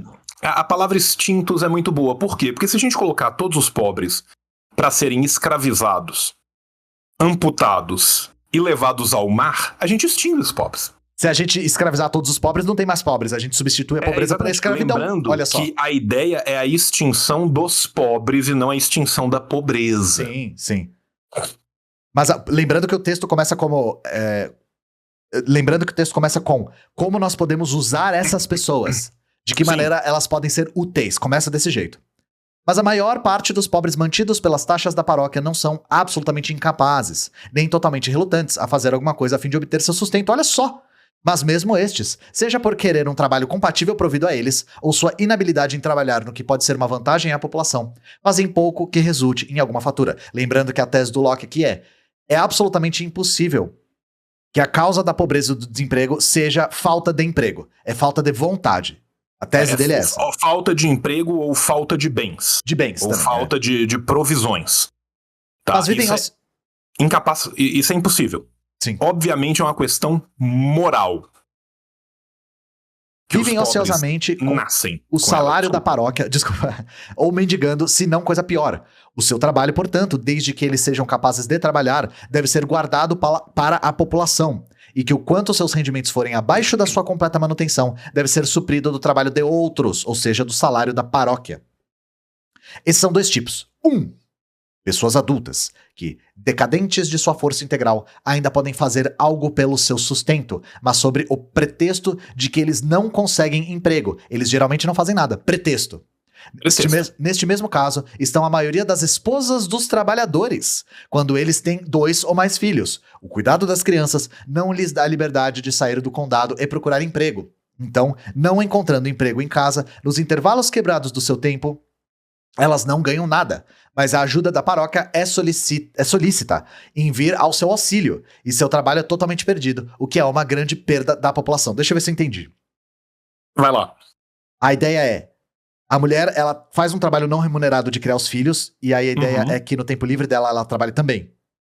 Sim, porque esse trabalho não remunerado de criar os filhos não conta como nada, Sim. E a coroa está perdendo por eles não trabalharem. Perdendo o quê? Coleta de imposto. Sim. Então é fazer a mulher trabalhar em jornada dupla todo momento que ela estiver acordada, se possível. A qualquer momento que ela não estiver por conta das suas crianças, ela precisa de estar trabalhando, porque senão ela não está gerando lucro. Sim. Todos devem ter comida, bebida, roupa e aquecimento. É muito humano, né? Não, a gente vê que a humanidade aqui é prioridade.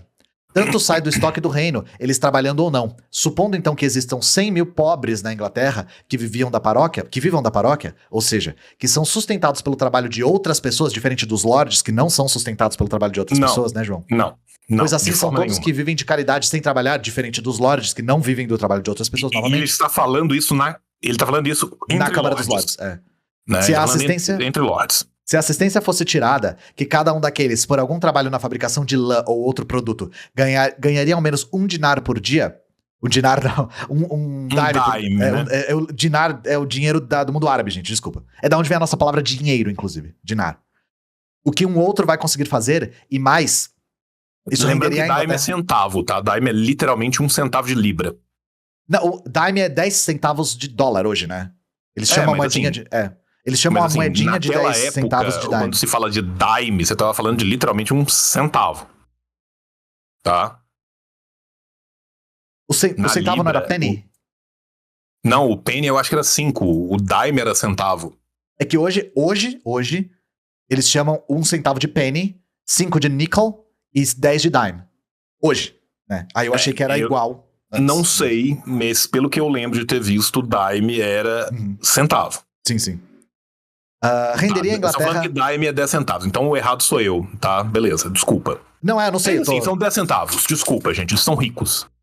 Ricos, então 10 centavos, eles estão milionários, Renderia a Inglaterra 130 mil libras por ano, o que em 8 anos faria a Inglaterra mais de 1 milhão de libras mais rica. Isso devidamente considerado, nos mostra o que é a verdadeira e apropriada assistência aos pobres. Ela consiste em encontrar trabalho para eles e cuidar para que eles não vivam como parasitas do trabalho dos outros. E para esse fim, nós entendemos que as leis feitas para a assistência aos pobres foram intencionadas, porém por uma ignorância da sua intenção ou uma negligência de sua devida execução, elas são usadas apenas para a manutenção das pessoas em ócio, sem examinar as suas vidas, habilidades ou diligência daqueles que procuram assistência. Qual que é o argumento dele aqui? Biadória. Ele mandou a Biadória, falou, se a assistência continuar dando comida para esses vagabundos, eles nunca deixarão de ser vagabundos, porque eles são vagabundos por escolha, e enquanto eles conseguirem continuar sobrevivendo no limite da sua existência física como vagabundos, eles nunca mais sairão dessa situação por vontade própria. Ou seja, né, nós estamos aqui há 75 anos do nascimento de Malthus, tá, gente? Sim. Antes. Tá, você vê que, né, Loki correu para que Malthus pudesse andar.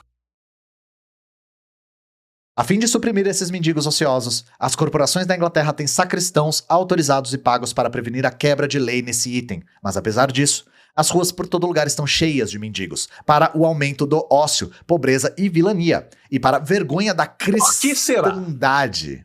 Por que será que as ruas da Inglaterra nessa época estavam cheias de mendigos? Por quê? Por causa de um problema moral. Ético. Não tinha a ética protestante no espírito do capitalismo dessas pessoas, né? E se for perguntado em qualquer cidade da Inglaterra quantos destes visíveis transgressores foram pegos e trazidos a julgamento por aqueles oficiais no último ano, nós temos motivo para pensar que o número seria bem pequeno. Por isso, uma multidão de mendigos nas ruas é manifestantemente grande, porque eles não são devidamente punidos. Tá? E nós temos dados? Não, nós temos motivo para pensar. Nós estamos solidamente ancorados em nosso ódio por gente pobre, falando numa câmara cheia de pessoas que nunca trabalharam um dia na vida, sobre pessoas que fingem que querem trabalhar, mas não querem. O que eles precisam é de chicote, mutilação e escravidão. Sim. E serem enviados para colônias para trabalhar até a morte. Mas a solução para esse transtorno é tão bem provido pelas leis atualmente em vigor que nós podemos imputar a continuidade e o aumento do mesmo a nada além do que a geral negligência da sua execução. Ou seja, as leis já são boas, a gente não está aplicando elas. Pode ter certeza de que quando a gente aplicar, a gente vai extinguir o pobre. Não a pobreza, mas o pobre. Sim. O problema é esse, né? A pobreza, ela vem de uma questão moral, a pobreza não vem de nenhum tipo de condição material que essas pessoas vivem, e nós não estamos punindo essas pessoas o bastante. Além das pessoas adultas mencionadas acima, os filhos das pessoas trabalhadoras são um corriqueiro fardo para a paróquia, e normalmente são mantidos na ociosidade, e o que produziram também é geralmente perdido pela população, até eles atingirem 12 ou 14 anos Olha só. De idade. É agora, Ian. É agora. Agora é a Fossas Marianas, o Gima-Bissau tá chegando, né? Agora nós estamos chegando no Gima-Bissau, tá? Além de todos esses pobres que nós vamos chicotear, vamos mutilar, vamos fazer e vamos acontecer, tem os moleque entre 3 e 12 anos de idade que não quer servir de canário na mina. É. Onde já se viu tanto de riqueza que a coroa perde, né? Imagina quantos dinheiros a coroa está perdendo em essas crianças de 3 a 12 anos não serem forçadas a trabalhar. A solução mais efetiva para isso, que nós somos capazes de conceber, é que, portanto, nós humildemente propomos é que na lei acima mencionada a ser decretada seja também determinado que working schools sejam estabelecidas em todas as paróquias, para as quais as crianças que necessitam de assistência da paróquia acima de 3 e abaixo de 14 anos de idade, enquanto morarem em casa com seus pais e não forem de outra forma empregados para sua subsistência pelo salário dos inspetores dos pobres, devem ser obrigados a frequentar. Nós estamos falando de crianças de 3 anos de idade sendo obrigadas a frequentar uma working school. Lembrando que é uma working school. A working school é um prédio cercado por várias torres, com um campo aberto no meio, onde trabalhos forçados são conduzidos do raiar do sol até o final do dia. Tá? Lembrando que só é problema quem é filho de pobre. Sim. O problema não é a criança. As crianças da nobreza que estão caminhando de um lado para o outro, brincando com espadinha de madeira, essas não são um problema. E lembrando que se essa criança é pega mendigando, ela deve ser chicoteada a exaustão. Exaustivamente. Só isso, palavras do Locke, né? Agora veja a preocupação caridosa de John Locke. Deste modo, a mãe será aliviada de grande parte da sua dificuldade de cuidar e prover por eles em casa. Eu não acredito que eu tô lendo isso, velho. Nossa senhora. Então estará em maior liberdade para trabalhar, As crianças ficarão em uma organização melhor, estarão mais bem providas e desde a sua infância estarão habituados a trabalhar, o que não é de pouca consequência para torná-los sóbrios e diligentes durante toda a sua vida. Porque o trabalho dignifica, né? Exemplo dos lords, que trabalharam muito para serem lords, a gente sabe disso. Né? E a paróquia será aliviada do seu fardo, ou ao menos do mau uso no presente gerenciamento do mesmo, pois há um grande número de crianças dando o direito a um salário de paróquia. Este salário é dado uma vez por semana ou em uma vez ao mês para o pai em dinheiro, o qual ele não raramente gasta em si mesmo no bar, enquanto seus filhos, para cuja causa ele o tinha, são deixados a sofrer ou perecer sob o desejo do essencial, a menos que a caridade dos vizinhos os auxilie. Então vamos recapitular. Nós temos um problema aqui. O problema é, as mulheres têm que criar as crianças, os seus filhos. Enquanto elas estão criando as crianças, seus filhos, elas não estão gerando lucro. Qual é a solução? Nós tiramos essas crianças pobres da casa, colocamos em campos de trabalho forçado para liberar tempo para essa mulher, que outrora tinha que cuidar dessa criança, trabalhar. E o argumento de que o pai da criança pobre recebia um salário e ele gasta tudo em birita, eu tenho certeza que vocês nunca ouviram esse argumento na vida de vocês, tá? Tenho certeza que no Brasil contemporâneo vocês não ouviram esse argumento, tá? Nós humildemente entendemos que o homem e sua esposa, em saúde, podem ser capazes pelo seu trabalho cotidiano de manterem a si mesmo e 2 filhos. Mais que 2 filhos de uma vez, porque não era comum ter mais que 2 filhos nessa época, né, João? Não, imagina. Os métodos contraceptivos eram amplamente divulgados pela televisão nessa época. Abaixo de 3 anos de idade, raramente acontecerá em uma família. Se, portanto, todos os filhos acima de 3 anos de idade forem retirados de suas mãos, aqueles que nunca tiveram tanto, enquanto eles permanecerem saudáveis, não necessitarão de salário para eles. Nós não supomos que crianças de 3 anos de idade serão capazes em tal idade de obter o seu sustento em working schools. Olha só, né? Mas nós estamos certos que o que é necessário para sua assistência terá mais efetivamente este uso, se for distribuído a eles na forma de pão naquela escola, do que se dado aos pais em dinheiro. Ou seja, os pais não vão receber pelo trabalho escravo compulsório das crianças mais novas. Porque se receber, ele vai gastar tudo em bebida. Esse é o argumento. As crianças mais novas serão pagas em pão. Sim. O que eles têm E em casa água. dos seus pais é raramente mais do que um pão e água. Nossa senhora. E muito disso é também muito escasso. Se, portanto, se tomar cuidado que eles tenham cada um deles a barriga cheia de pão diariamente na escola, eles não estarão em perigo de passar fome, mas, pelo contrário, eles estarão mais saudáveis e fortes do que aqueles que forem criados de outra maneira. Ou seja, aptos a trabalharem na escolinha campo de concentração. Não só irá essa prática custar aos inspetores de trabalho algum, pois um padeiro pode ser designado a fornecer e trazer para a escola casa todos os dias o subsídio do pão necessário para todas as crianças que lá estão. O que elas vão comer? Pão. O que mais? Mais pão. É só isso. E aí isso pode também ser adicionado. Enquanto elas trabalham, né? Enquanto trabalham, elas não vão comer pão enquanto elas estão estudando, sendo alfabetizadas, fazendo nada disso. Não. Vão ser Enquanto pagas elas em pão depois de trabalhar crianças acima de 3 anos de idade. Isso. E aí isso pode também ser adicionado, sem nenhum incômodo, no clima frio. Se for considerado necessário, um pouco de sopa de aveia e água quente. Caralho, olha que benevolência. Pois o mesmo Se fogo tiver que frio demais, a criança pode beber água morna. Água morna, sim. Pois o mesmo fogo que esquenta a sala pode ser usado para ferver uma panela do mesmo. Ah, cara, é tecnologia de uso dual, né? Oh. A gente pode esquentar a sala e já aproveitar para aquecer a água de chuca que essas crianças têm que tomar nesse lugar no mesmo aquecimento do lugar, né? Deste método, as crianças não vão apenas colher as vantagens acima mencionadas, com colher as vantagens, viu? As vantagens, é muita vantagem trabalhar num panóptico infantil, né? Sim. Com muito menos custo à paróquia do que é agora feito por elas. Mas elas também estarão assim mais obrigadas a virem à escola e aplicarem-se ao trabalho, porque, de outra forma, eles não terão comida e também o benefício para ambos. Eles e a paróquia irá aumentar diariamente. De outra forma, eles não vão ter comida, por quê? Porque nós vamos forçar os pais a entregar as crianças e não vamos pagar os pais pelas crianças entregues. Então isso vai forçar a criança a não ter ir opção. Trabalhar no campinho de concentração da tia Chicote, né? Tia Chicote. A tia Chicote vai receber ela no campinho de E é concentração. literalmente tia chicote, né? Porque nós falamos em Sim, elas chicoteamento. vão ser chicoteadas exaustivamente. E então ela vai chegar lá feliz, por quê? Porque depois do chicoteamento exaustivo das 8, né, e do trabalho brutal das 10 às 19, vai ter entre 8 e 8h15 o momento de limpar as lágrimas com o pão que tá duro, para que ele fique mole o bastante para Sim. que a criança coma.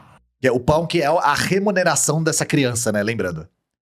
Pois com os ganhos do seu trabalho na escola, todos os dias aumentando, é razoável de se concluir que, ao computar todos os rendimentos de uma criança de 3 a 14 anos de idade, a nutrição e ensino de tal criança durante todo aquele tempo não terá custo algum à paróquia, porque a prioridade é não ter custo à paróquia, né? Apesar de não haver criança alguma atualmente que seja mantida pela paróquia desde o nascimento, ainda assim antes da idade de 14, ela custa à paróquia 50 ou 60 libras. Crianças abaixo de 3 anos são muito caras, João. Muito Sim, cara. caras. Uma outra vantagem também em trazer crianças pobres para uma working school é que desta forma elas podem ser obrigadas a ir constantemente à igreja. Obrigadas. Todo domingo, juntamente dos seus mestres escolares ou damas, onde elas podem ser trazidas a algum sentido religioso. Ao passo que atualmente, no seu ocioso e livre modo de criação, elas estão completas, estranhas tanto à religião e à moralidade como à diligência. Ou seja, primeiro nós vamos quebrar os seus pequenos corpinhos com chicotes e depois nós vamos quebrar os seus pequenos espíritos com a religião. Porque a gente vê que esse texto, ele está imbuído de moralidade. Sim, Cristã, muito sobretudo. religioso. Muito religioso. Isso aqui é um texto de Deus. De Deus. São homens pios que foram escolhidos por Deus para ser lordes, vamos lembrar disso, Sim, né? claro. Homens pios que foram escolhidos por Deus para ser lordes, que os parasitas são sempre os outros, né? Mas eles estão tentando livrar a sociedade do parasitismo social por meio de lucramentos em cima de crianças de 3 a 14 anos. A fim de, portanto, uma mais efetiva continuidade desse trabalho para benefício desse reino, nós adicionalmente, humildemente propomos. São muitos advérbios, né? Adicionalmente, humildemente, que essas escolas sejam geralmente para tecelagem e tricô, ou outra parte da produção de lã. A não ser em países onde o lugar fornecer outros materiais mais apropriados para o emprego de tais crianças pobres, nestes lugares a escolha desses materiais para o emprego deve ficar a cargo da prudência e direção dos guardiões dos pobres daquela centena. E que os professores nessas escolas sejam pagos das taxas dos pobres, como poderá ser acordado.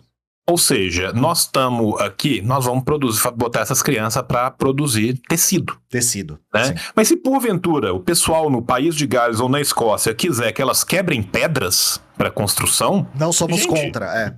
né? Se o país de Gales tiver mais propensão econômica à quebração de pedras, né, a olaria, a gente vai colocar a criança para fazer tijolo, né? Sim, e outra coisa, na Escócia se faz muito carvão. Por que essas crianças não podem trabalhar com carvoaria Sim, a ficar partir dos 3 anos ficar de com a idade? saliva preta pro resto da vida, né, de tanto trabalhar com carvoaria. Isto, embora ao inicialmente implantar possa custar um pouco à paróquia, ainda vocês conseguem ver a prioridade aqui, né, do texto. Ainda assim, Por nós, mais que na hora, gente, da gente construir o campo de isso concentração vai custar dinheiro, né? da tia Bisturi, né, vai custar uma graninha. Eu garanto que vai valer a pena, porque a exploração que a gente vai fazer com essas crianças é muito brutal. Eu garanto pra vocês, eu garanto. Ainda E é assim, literalmente o que ele vai falar agora. nós humildemente entendemos que os ganhos das crianças reduzido do custo da sua manutenção e com tanto trabalho sendo requerido deles quanto cada um pode razoavelmente realizar, razoavelmente leia-se até o limite biológico das pessoas, irá Sim. rapidamente pagar os próprios custos com um superávit. Que onde o número de crianças pobres de qualquer paróquia seja maior que para todos serem empregados em uma escola, eles sejam lá divididos em 2, e os meninos e meninas, se considerado conveniente, ensinados e mantidos a trabalhar separadamente. Que os artesãos em cada centena estejam sujeitos a tomar cada um de seus aprendizes dentre os meninos em alguma das escolas na dita centena sem nenhum dinheiro, cujos meninos eles podem tomar a qualquer idade que os agrade. para estarem comprometidos a eles até a idade de 23 anos, para que o período possa mais do que reparar as somas usuais que estão dadas aos artesãos com tais aprendizes. Vamos só lembrar uma coisa, né, gente? Como é que funcionava as leis de guilda do artesanato? Enquanto você não se torna um mestre da guilda, enquanto você é um jornaleiro da guilda, enquanto você é um aprendiz da guilda, você não recebe pecuniariamente. Você recebe uma comida, um pão mofado, uma água de chuca. Se for inverno, a gente esquenta a água de chuca, né, num balde podre. Só que, normalmente, isso ia até uma idade mais tenra, entre os 18 e o 20. Aqui o que eles estão falando? Não. Você pode, artesão, roubar uma criança da idade que você achar legal, desde que ela tenha mais do que 3 anos de idade, e você pode colocar ela como seu escravinho até ele fazer 23. Se morrer, morreu. Aí não é com a gente, é com o Ivan Drago. Sim. E, gente, alguns desses mestres de guilda começaram a crescer, ganhar poder econômico, e alguns deles se tornaram os primeiros industriais da Inglaterra. Então, vocês estão fazendo a ligação aí, né, do surgimento do capitalismo na Inglaterra também. Que aqueles também na centena que mantiveram em seu poder terras próprias no valor de 25 libras por ano ou mais, ou que alugarem 50 libras por ano ou mais, possam escolher nessas escolas da dita centena qual menino de cada uma os agrada para ser seu aprendiz em pecuária nas mesmas condições. Ou seja, Fica ao seu critério. Fica ao seu critério. Você pode olhar e falar assim, aquele ali, ó, me vê o ruivinho. Parabéns, você é um escravo nos próximos 20 anos. Que quaisquer meninos que não forem desta forma aprendizes comprometidos antes de terem 14 anos completos, devem, nos encontros da Páscoa dos Guardiões de cada centena todo ano, estar sujeitos a tais cavalheiros, guarda real ou fazendeiros, dentro da dita centena. O que tiver maior número de acres de terra em seu poder, que deve ser obrigado a tomá-los como aprendizes até a idade de 23, ou empregá-los a seu próprio custo a algum artesão, provido sempre que nenhum cavalheiro, guarda real ou fazendeiro estará sujeito a ter 2 aprendizes por vez. Ele fala obrigado a tomar como aprendiz como se isso fosse um fardo imenso, né? Sim. Como se esse aprendiz não fosse um escravo ou semi-escravo, né? Que vai trabalhar assim, em condições que ficam a critério do mestre, mas não, ele é obrigado a tomar esse escravo. E lembrando que, assim, cada um pode ter quantos escravos quiser, mas no mínimo vai ter um. Tá? Que é um grande fardo, né? Não serão obrigados a ter 2 aprendizes por vez, significa que, no mínimo, um escravo você vai ter, tá? Se quiser ter mais, você não é obrigado, mas pode. Porque é melhor o cara sendo escravizado por você do que ele andando na rua. Olha só. Exatamente. A gente consegue resolver as coisas de uma maneira muito racional. E as pessoas adultas também, para remover o seu fingimento de querer trabalhar, podem vir às referidas working schools para aprender, onde o trabalho deve ser apropriadamente provido a eles. Você imagina esse trabalho sendo apropriadamente provido? Você pode se escravizar e como voluntariamente. As pessoas podem vir às referidas. Você pode falar, me escraviza aqui, pelo amor de Deus, né?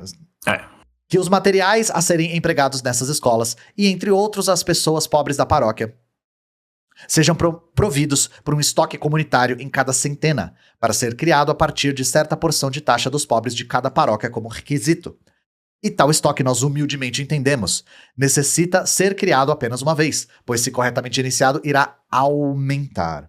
As ferramentas do trabalho vão vindo do imposto do pobre de forma que elas se tornem lucrativas para as casas, prisões, panópticas, campo de concentração infantil e escolas, de forma que isso gere um lucro ainda maior do que aquilo que foi gasto do imposto comum, que em momento nenhum chegará diretamente ao pobre.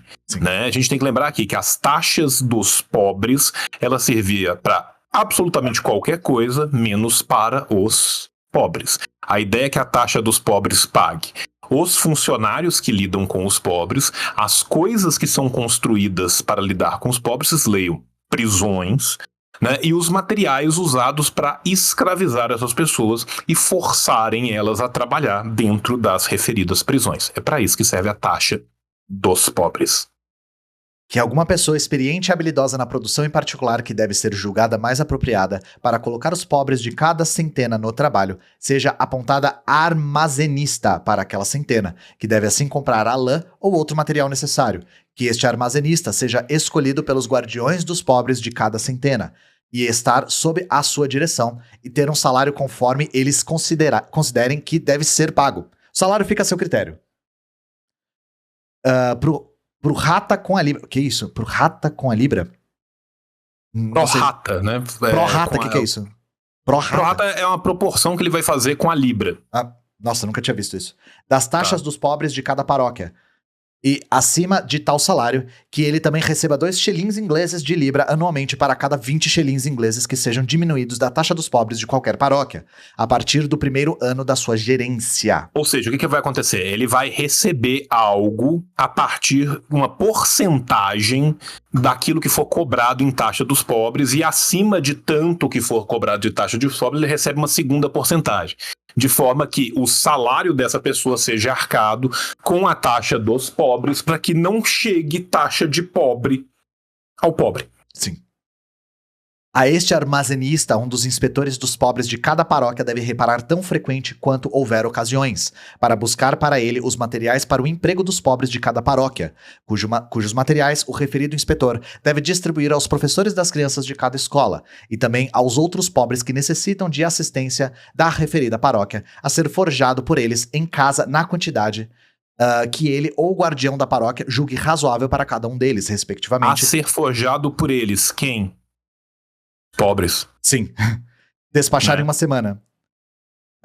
Concedendo a cada pessoa pobre, pelo seu trabalho, o que ele e o armazenista concordem valer. E o armazenista, ou seja, o armazenista que vai ser escolhido a dedo pelo cara que já é pago pelo rolê dos pobres, pela taxa dos pobres, e que também vai ser pago pela taxa dos pobres, vai decidir quanto que cada pobre vai receber para fazer as ferramentas que ele precisa para escravizar os outros pobres. Sim. Tá? Vamos deixar isso claro aqui. E ele tá tentando deixar muito claro que parece uma defesa incansável de gente, a gente criando esses campos de concentração não vai dar prejuízo. Não vai, cara. Confia, não vai dar prejuízo. Olha o tanto de medida que a gente tá tendo. Nós estamos fazendo esse povo trabalhar tanto. E a gente vai escravizar mesmo, não é piada, sabe? Que não tem jeito, não tem jeito. Vai dar lucro pra caralho. Esses caras não estão recebendo nada. Sim. E outra coisa, vai dar lucro durante um tempo, mas se tudo der certo, eles todos vão morrer. E aí acaba o pobre, né? Sim. Humildemente acaba o pobre. Mas se o referido inspetor e o armazenista não concordarem no valor de qualquer trabalho, então qualquer 3 ou mais dos guardiões daquela centena, sendo o guardião da mesma paróquia onde surja a contestação, deve ser sempre irão determiná-lo. Ou seja, se um virar e falar assim 2 e o outro falar não, 1. Vão vir 3 e vão falar, gente, 0. Que a venda do material acima manufaturado seja feita pelo armazenista, na presença de um ou mais dos guardiões de cada centena, e não de outra forma, e que uma conta exata seja mantida pelo referido armazenista de tudo que ele comprar e vender, como também de várias quantidades de materiais não forjados que ele entregar aos respectivos inspetores, e do retorno manufaturado que ele receber de volta deles. Deus proíba que o armazenista, que vai ser o menos rico de todos esses que vão estar sendo entregados, fraude esse processo, exato. Fraude esse processo, porque senão daqui a pouco vai ter armazenista ganhando mais do que inspetor. E a gente não pode quebrar de forma nenhuma a ordem natural da exploração do trabalho dos pobres. Todo mundo tem que explorar o trabalho dos pobres. O armazenista... Todo mundo é verde aqui em cima, mas quem for verde claro explora mais, quem for verde escuro explora menos um pouquinho. O armazenista, ele é responsável pela venda da manufatura, mas ele tem que estar sob observação sempre. Que se qualquer pessoa a quem lá ou qualquer outro material forem entregues para serem forjados, se estraguem ou sejam roubados. Se for alguém que receba a caridade da paróquia ou os inspetores dos pobres daquela paróquia devem pagar ao armazenista o seu custo e deduzir daquela soma do salário da paróquia para a pessoa que estragou ou roubou qualquer dos referidos materiais. O robô aqui teve o material roubado, ou seja, se um pobre for assaltado e tiver o seu material subtraído, o armazenista não pode deixar de receber. Então esse dinheiro vai sair do dinheiro da paróquia, que era um dinheiro que devia ir para os pobres, mas a gente está fazendo de tudo possível e imaginável para que nada chegue neles. Mas fiquem tranquilos, porque o pobre que foi roubado, esse te pagará do próprio bolso. Sim. Quem mandou ele ser roubado, né? Ou se for algum que não receba salário da paróquia, então o referido inspetor deve exigi-lo em dinheiro da pessoa que estragou ou roubou-os. E se a pessoa ofensivamente se recusar a pagá-lo, o guardião dos pobres daquela paróquia, sob juramento feito a ele por qualquer dos ditos inspetores, que ele entregue tais materiais a tal pessoa e que ele pague a eles tal soma ao armazenista, cujo juramento todo guardião deve ter o poder de administrar. Deve conceder ao referido inspetor um mandado para tomar como garantia os bens da pessoa ofensora e vender os bens tomados, gerando uma sobra. Ele tem que tomar os né? bens. Isso que é o foda. Quais bens? Não importa, mas todos. Toma a roupa do corpo, deixa o cara pelado, né? Não, cara, aqui deve-se conceder ao inspetor a capacidade, um mandato para tomar os bens da pessoa. Não fala quais bens, são literalmente todo e qualquer bem que esse pobretão tiver. Sim. Que será vendido para gerar lucro. Gerou uma sobra, ou seja, esse cara fica sem absolutamente nada, e o que sobrar a gente divide igual no Alto da Compadecida. A gente chama quem é rico da cidade e tem uma conversa sobre quem vai ficar com quanto. Que o guardião dos pobres de cada paróquia, a ser escolhido por aqueles que pagam a assistência dos pobres da referida paróquia, deve ser escolhido... quem tem dinheiro. Sim. Pela primeira vez dentro de 3 meses após a aprovação do ato agora proposto. Que os guardiões assim escolhidos pela respectiva paróquia, de cada centena, devam ter inspecionado todas as coisas relacionadas ao emprego e assistência dos pobres da referida centena. E 1/3 do número total de guardiões de cada centena assim escolhidos deva sair todos os anos. No primeiro ano, em grupo do número total. No segundo ano, por grupo dos remanescentes dos 2/3. Todos devem continuar durante 3 anos sucessivamente, e não mais tempo. E que, para o suprimento de qualquer vacância, pois isso deve acontecer, um novo guardião deva ser escolhido, como dito anteriormente, em qualquer das respectivas paróquias, ao mesmo tempo em que os inspetores dos pobres são escolhidos lá ou a qualquer tempo dentro de 1 mês após tal vacância. E os guardiões... seja, como esse trabalho é um trabalho que ninguém queria fazer porque envolve, né, encostar nos pobres, né, ele é um trabalho que dura um tempo. Ele é temporário. Fica tranquilo, guardião, você não vai ficar lá para sempre. Você só vai ter que chicotear pobre por um tempo. Você chicoteia por um tempo, você rouba por um tempo, mas depois você não tem que encostar mais, tá, amigo? Sim. E os guardiões dos pobres de cada respectiva centena devam se encontrar todos os anos na semana da Páscoa, no local onde as lojas daquela centena são mantidas, para tomar conta do estoque e o quão frequentemente também em outros momentos conforme for necessário, para inspecionar o gerenciamento do mesmo e dar direções nisso e em todas as outras coisas relacionadas aos pobres daquela centena. Para garantir que ninguém está roubando, para garantir que está dando lucro. Porque isso aqui é uma empresa séria aí. Sim. Aqui é uma empresa baseada na escravidão de pobres muito séria. Sim. E isso precisa de chegar dinheiro no Lorde. Tá? Se esse campo de concentração de escravidão infantil não estiver dando lucro, a gente vai ter que conversar e vai ter que conversar na Páscoa. O que vamos conversar na frente de Jesus. Sim. No dia mais santo, né? Aham. É incrível. O contraste é fantástico, né? Que a nenhuma pessoa de qualquer paróquia seja concedido um salário da paróquia sem consentimento conjunto do guardião, da referida paróquia e da sacristia. Que os referidos guardiões também, cada um deles, dentro da centena onde for o guardião, tenha o poder de juiz de paz sobre os vagabundos e mendigos, para emiti-los passes, mandá-los às cidades portuárias ou casas de correção, como anteriormente proposto. Ou seja, se o cara lá estiver dando problema, você pode fazer o que você quiser com ele. Pode mandar ele pra puta que pariu, porque a ingerência é sua, irmão. Tu é o guardião. Lembrando que o cara que é guardião recebido e que recebe isso não tem que prestar contas a absolutamente ninguém. Sim. Então você consegue imaginar que beleza que é, né? Quantos shillings você tem aí? Eu consegui juntar 8. Me dá eles aí. Não. Me dá eles aí. Quer ir pra Austrália? Acho que você não ia gostar de ir pra Austrália. É. Essas supramencionadas regras e métodos sendo o que nós humildemente entendemos, mais apropriados de serem colocados em prática para o emprego e assistência dos pobres em geral ao longo do país, nós agora adicionalmente propomos para a melhor e mais fácil obtenção do mesmo em cidades e municípios corporativos que seja promulgado 2 pontos. Em todas as cidades e municípios, a taxa dos pobres não será imposta por paróquias distintas, mas por uma taxa igual em toda a corporação.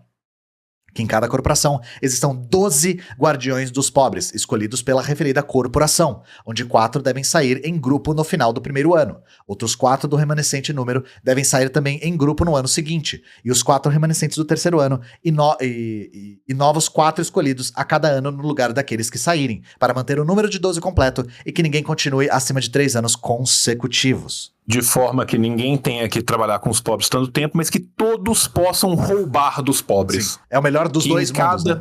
É o melhor dos dois mundos. Em cada corporação, todo e qualquer mestre vai poder ter escravo, abusar dessas pessoas, roubar o dinheiro, brincar de juiz de paz, mandar mutilar, mandar prender, mandar pra onde ele quiser na casa do caralho, mas tem que ir passando pra que todos possam chicotear os pobres de forma igual. E fica tranquilo que o seu fardo de escravizar e mutilar os outros não é pra sempre, é temporário apenas, né? Sim, e que ele será muito lucrativo. Sim. A gente só falou isso 7.000 vezes ao longo do texto. Não ficou claro ainda o quão lucrativo vai ser. Talvez não tenha ficado claro, mas vai dar muita grana. Que estes guardiões têm o poder de criar e demandar working schools, conforme acharem conveniente, dentro de cada corporação respectivamente. Se tem demanda reprimida, cria outra. Em tais escolas, as crianças de todos que são assistidos por tal corporação, dos 3 aos 14 anos de idade... Dos 3. Eu falei 13, né? Dos 3 aos 14 anos de idade, devem estar obrigadas a vir, enquanto eles continuarem desempregados em outro serviço estabelecido, a ser aprovado pelo inspetor dos pobres daquela paróquia a qual eles pertençam. A ser aprovado pelo inspetor dos pobres. Ou seja, se o serviço que ele estiver trabalhando não for aprovado, essa criança pode ser arrastada para o trabalho escravo. Que esses guardiões também tenham o poder exclusivo de requerer dispor do dinheiro arrecadado em cada corporação para o uso dos pobres, seja para prover o material para colocá-los a trabalhar, ou para o alívio daqueles que eles julguem não capazes de obter seu próprio sustento. Confia, eles com certeza vão... Sim. Vão Cuidavam providenciar... muito disso com o coração aberto. Eu tenho certeza que todos os recursos vão pro alívio das pessoas que não podem prover o próprio sustento, eu tenho certeza, porque o ser humano ele é naturalmente altruísta, né? E que eles sejam os juízes exclusivos de quem seja ou não seja qualificado a receber assistência pública em que proporção. Juízes exclusivos. Ou seja, os donos dos escravos que vão ganhar muito dinheiro com os pobres sendo escravizados vão ser aqueles que vão decidir se eles precisam ou não de ser escravizados. Sim. Que os referidos guardiões também tenham o poder de enviar qualquer pessoa mendigando sem um passe legal para a próxima cidade portuária ou casa de correção. Os caras, eles podem fazer batata quente de pobre, velho. O mais legal é que ele já falou 3 vezes diferentes que você, que vai ser guardião, vai poder punir as pessoas do jeito que você achar legal. E assim, se você acha que a pessoa pobre que você quer escravizar não é boa o suficiente para ser escravizada, você pode mandar para a próxima pessoa, para ela decidir se ela tem um uso. E essa outra pessoa pode mandar para a próxima. E aí o cara pode ficar circulando entre paróquias até alguém aceitar escravizar ele. Olha só que massa, né? E eles têm igualmente o poder de apontar um tesoureiro para receber todo o dinheiro obtido da assistência aos pobres, cujo tesoureiro deva emitir todo o dinheiro somente sob seu comando, e deva uma vez ao ano passar por eles as suas contas. E que eles também apontem um ou mais armazenistas, conforme eles acharem necessário, com recompensas ou salários que eles estimarem apropriados. E estes armazenistas devem, de modo semelhante, responder a eles, provido sempre que o prefeito ou oficial de justiça ou outro comandante de cada corporação tenha uma notificação entregue a ele de que ele deva estar presente, o que nós humildemente propomos seja ordenado a todos os oficiais, respectivamente, na passagem das contas do tesoureiro e do armazenista dos pobres, dentro da respectiva corporação. Aqui tem seriedade, aqui tem organização. Sim, e mais ainda, né? Se eu não me engano, o termo correto em inglês para esse último parágrafo é The Beginning of the Rachadinha. The Rachadinha, The Rachadinha. The Little Crack, The Little Crack. Tá, agora é o Beginning of the Little Crack, tá? Conhecido popularmente em inglês por Little Crack. Você decide exatamente quanto é o valor que aquele que vai trabalhar sob a sua batuta e tutela receberá. Você decide também quem vai ser o tesoureiro, mas o tesoureiro vai passar essas contas junto com um outro brother que decidiu pro tesoureiro dele. De forma que vocês podem também cruzar um tesoureiro com outro, né? Um inspetor de pobre, não, eu mando um inspetor aí pro seu, você manda pro meu, cada um recebe um X, né? It's the beginning of the Pichuleco and the Rachadinha. E os professores de cada escola, ou outra pessoa lá nomeada, deve pegar dos respectivos armazenistas o material com o que eles são indicados a trabalhar dentro da escola, em tal quantidade que forem... Enxadas, palmatórias e teares. São as 3 coisas essenciais para o trabalho nesse tipo de espaço, né? E tais materiais devem ser manufaturados adequadamente, então devolvidos ao armazenista, e por ele ser ou dado para ser novamente manufaturado, ou então descartado de maneira mais vantajosa, como os guardiões comandarem. Por exemplo, vendendo aos próprios pobres e endividando os próprios pobres para que eles trabalhem mais. Uma ideia. É só uma ideia, né? É uma ideia muito lucrativa, que diga-se de passagem. O John Locke, ele perdeu a oportunidade de meter essa, né? Porque, claro, ele não deixou claro o suficiente o quão lucrativo isso vai ser ainda, né? Mas falta uma página só, então vai que no final ele manda a braba. Que os inspetores dos pobres devam do mesmo modo pagar com o armazenista e distribuir para aqueles sob assistência pública tais materiais em tal proporção, conforme for comandado a eles para uma semana de trabalho. E não pegar nenhum pobre assim empregado o salário. E não pagar nenhum pobre assim empregado o salário apontado a eles até que devolvam suas respectivas tarefas bem cumpridas. Se você é pago só depois de cumprir, você não recebe antes. Se você não tiver dinheiro para ser alimentado nesse meio tempo, foda-se você. Foda-se. Tá? E lembrando que este salário que ele será pago será decidido por ele e pelo chefe dele, mas se o chefe dele e ele tiverem em dúvida, eles vão chamar outros 3 chefes pra cima pra decidir qual que é o menor salário possível. Que os inspetores dos pobres de cada paróquia devam ser escolhidos conforme são agora, e tenham o mesmo poder de coletar as taxas dos pobres das suas respectivas paróquias como agora, mas que eles distribuam o dinheiro assim coletado para assistência e manutenção dos pobres a critério deles, né? De acordo com as ordens e direções que eles recebem dos guardiões.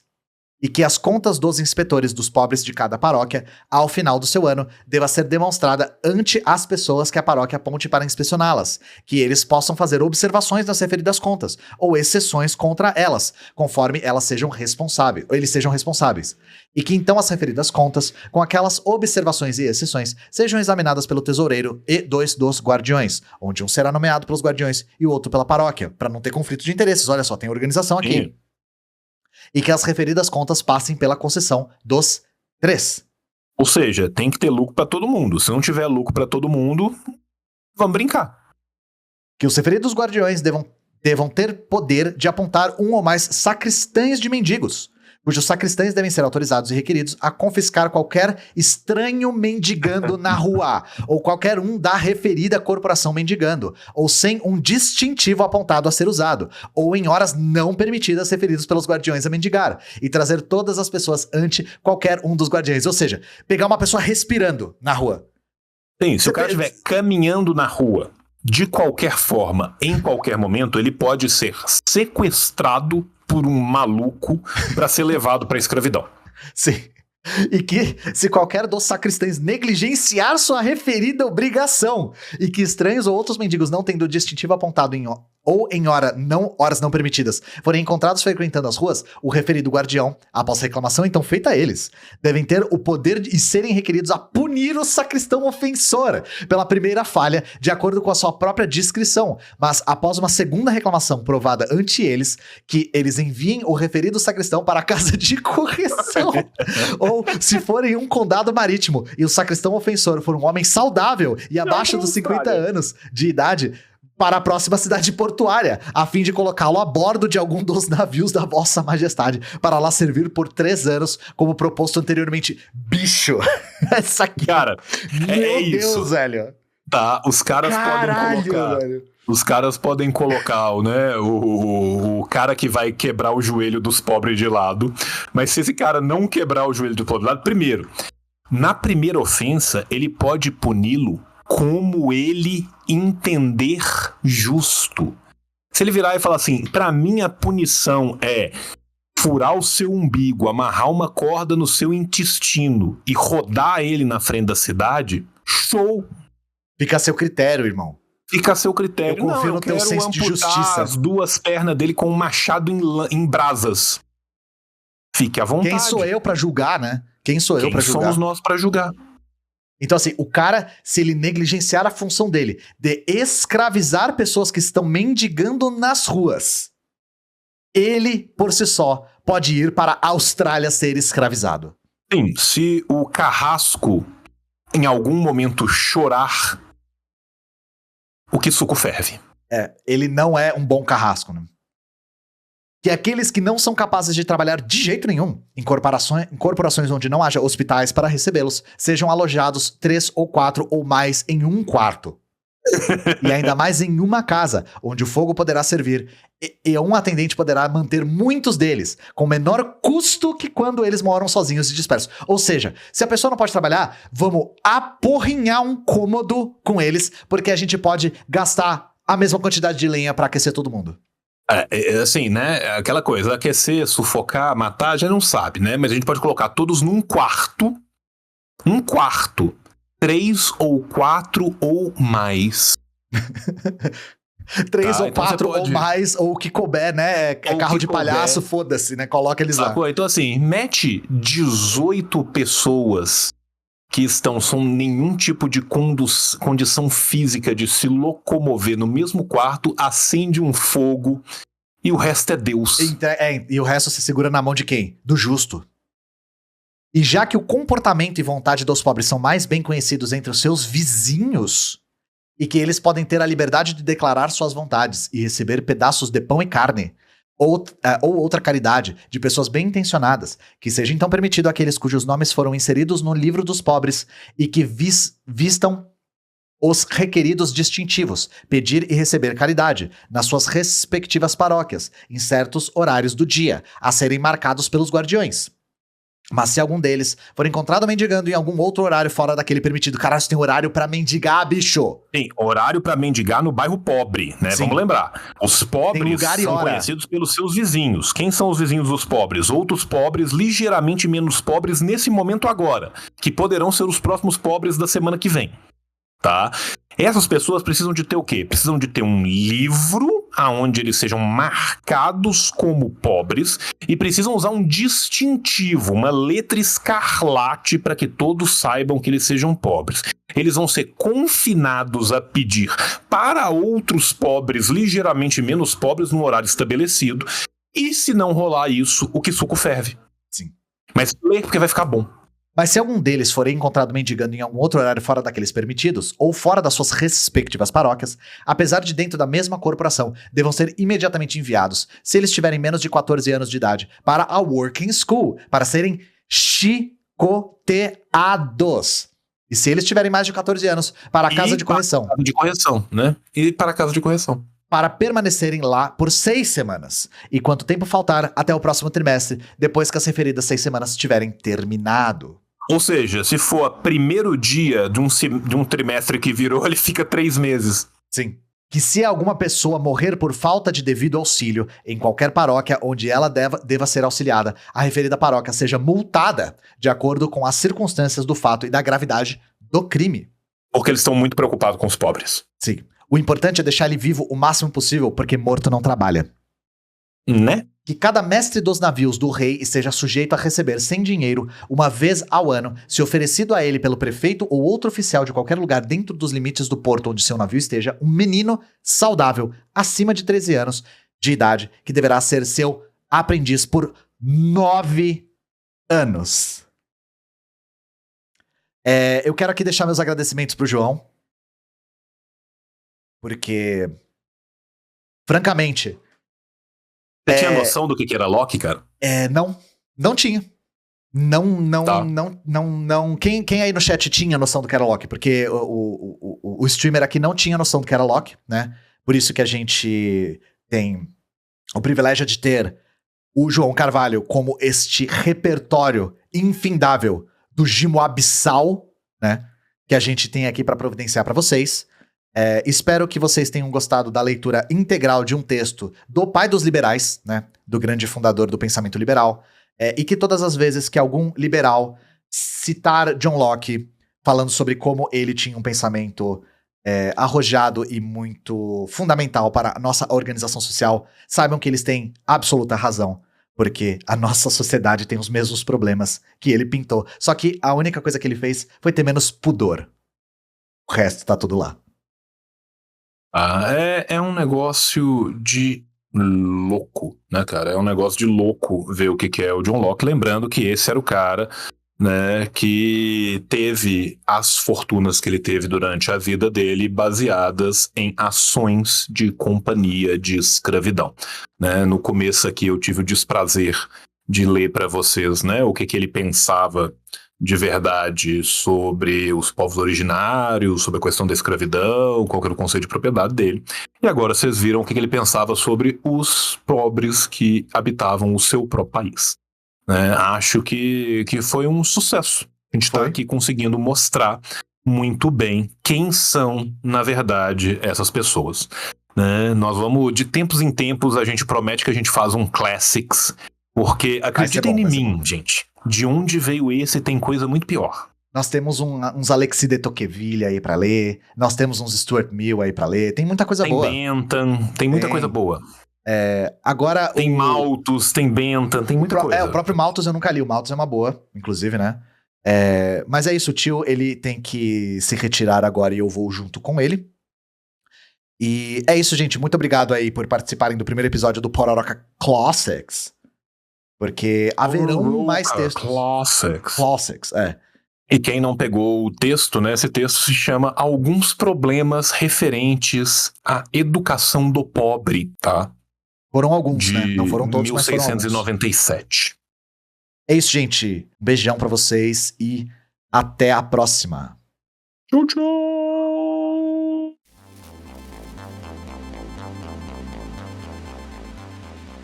Terminou. Muito bem, o vídeo terminou e agora você fica com o paraíso dos cupons. São 4 cupons.